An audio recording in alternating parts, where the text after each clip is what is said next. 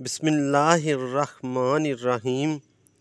بخاری و مسلم میں ہے، حضرت عبداللہ بن مسعود ہر پنج شنبہ یعنی جمعرات کے دن لوگوں کو وعظ و نصیحت کیا کرتے تھے۔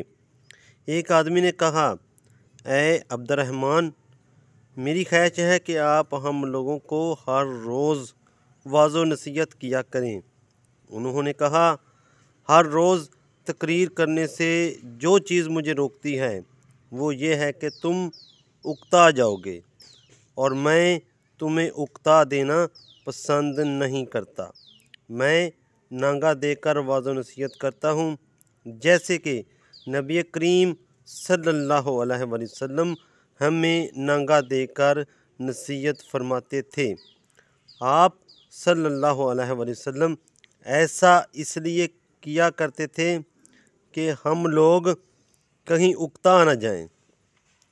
حضور صلی اللہ علیہ وآلہ وسلم اور حضرت عبداللہ بن مسعود کے عمل سے جو بات ثابت ہوتی ہے وہ یہ ہے کہ دین کی تبلیغ کرنے والے لوگوں کو کسی کے سر پر سوار ہو کر وعظ و نصیحت نہ کرنی چاہیے، بلکہ حالات کا جائزہ لینا چاہیے، موقع و مہر دیکھنا چاہیے، اور اس کسان کی طرح رہنا چاہیے جو ہر وقت بارش کا انتظار کرتا ہے، اور یوں ہی بارش ہوتی ہے فوراً زمین کو تیار کرنے میں لگ جاتا ہے۔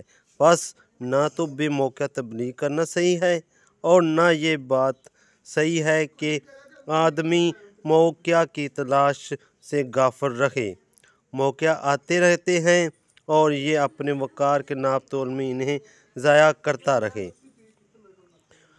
جو کچھ پڑھا اور سنا ہے اللہ پاک اس پر عمل کرنے کی توفیق عطا فرمائے۔